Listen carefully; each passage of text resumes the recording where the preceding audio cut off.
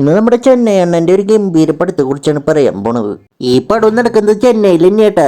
ഒരു മാറ്റവും ഇല്ലല്ലോ. എടാ, നിനക്ക് വേറെ വല്ല സ്ഥലത്ത് പോയിട്ട് പടം ചെയ്തൂടെ? അതൊന്നും പറ്റില്ല. എനിക്ക് ചെന്നൈ ഭയങ്കര ഇഷ്ടമാണ്. മൂപ്പര് ഒരു സിനിമയിലുണ്ടോ അത് ചെന്നൈയിലായിരിക്കും പടം നടക്കണേ. നീ അവളെയും കൊണ്ട് ചെന്നൈയിലേക്ക് മുങ്ങിയ കാര്യമൊക്കെ ഞങ്ങൾ അറിഞ്ഞു.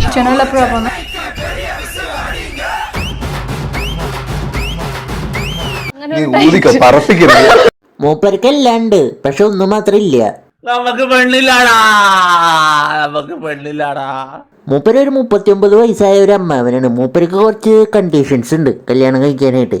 അമ്മാവ, നിങ്ങൾക്കൊരു നല്ല ആലോചന വന്നിട്ടുണ്ട്. ഒരു 35 വയസ്സായ ഒരു നല്ലൊരു ചേച്ചി വന്നിട്ടുണ്ട്. ഞാൻ ഓക്കെ പറയട്ടെ? 30 കഴിഞ്ഞാളൊന്നും പെൺകുട്ടികളല്ല ബേബി, ഓളെല്ലാം തള്ളച്ചികളാണ്, തള്ളച്ചികള്. നീ എന്തിനാണ് ജീവിക്കുന്നത്? പോയി മരിക്കടാ.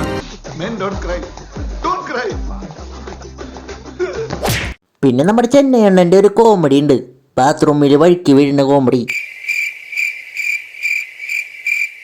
ഞാൻ ചിരിച്ചു വയ്യണ്ടായി കൈസ്. എന്ത് കോമഡിയാണെന്നറിയൂ.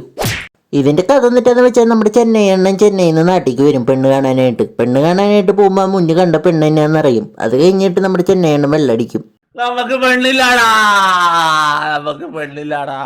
പെണ്ണ് കാണാൻ പോയിട്ട് അത് ശരിയാവാത്തോണ്ട് നമ്മുടെ ചെന്നൈ അണ്ണൻ വീട്ടിൽ നിന്ന് പോവും. എങ്ങോട്ട്? ചെന്നൈയിലോട്ടായിരിക്കും.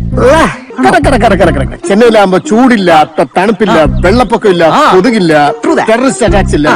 It's A cool place. പിന്നെ നമ്മുടെ ചെന്നൈ അണ്ണൻ ചെന്നൈക്ക് പോയിട്ട് കൂട്ടുകാരുടെ കൂടെ വെള്ളടി സ്റ്റാർട്ട് ചെയ്യും. നമുക്ക് പെണ്ണില്ലാടാ.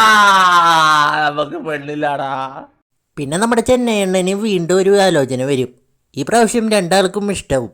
അത് കഴിഞ്ഞിട്ട് നമ്മുടെ ചെന്നൈ അണ്ണൻ വീണ്ടും ചെന്നൈക്ക് വരും. എന്നിട്ട് പാർട്ടി ചെയ്യും.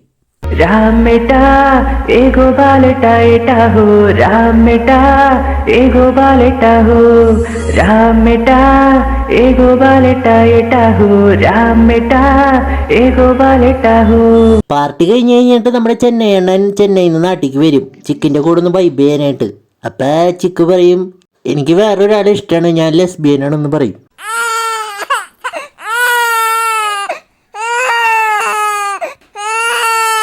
പിന്നെ നമ്മുടെ ചെന്നൈ അണ്ണൻ സൈഡായിട്ട് നാട്ടിൽ നിന്ന് ചെന്നൈക്ക് വീണ്ടും പോവും.